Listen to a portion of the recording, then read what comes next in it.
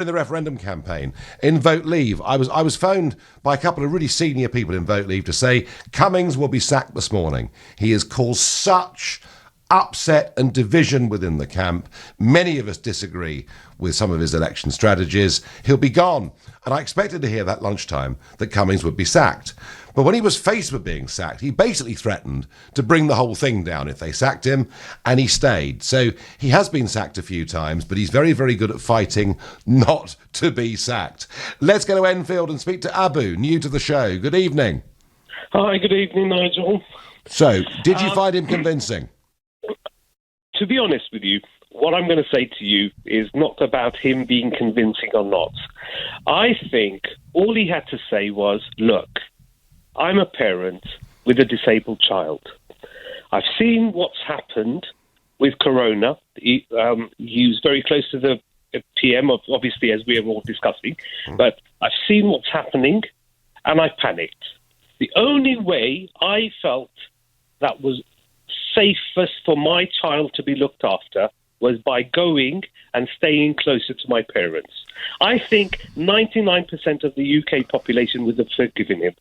He is an extremely wealthy, his parents are extremely wealthy. They do own an estate and they do have quite a few cottages there. Mm-hmm. But that's a different issue. He's not telling everybody all of these things. Well, it gave him more choice, Abu, didn't it, really? It did. I mean, there's people, Nigel, I'm not going to be boastful, but I have friends who own helicopters and they don't even need to take they don't even, need to take a cab or take a car ride or do this or do that. They can take a plane and fly over to another country within seconds of making a decision. But the problem is, he is a very valuable asset to the...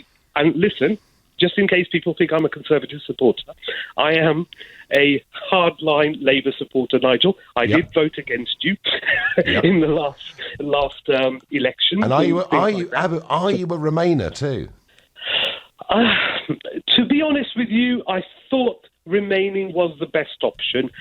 In terms of, we're going to divert the conversation, Nigel. No, because what I'm asking you is some of the press aggression towards Cummings, because so much of the press is still in their hearts Remain? 99% of the press Remain, Nigel. I know that. You and Boris Johnson. I'm not going to give my full name, otherwise you can see on Twitter the day you succeeded. I said they both. I won't mention what I said, but in terms of it's before the watershed.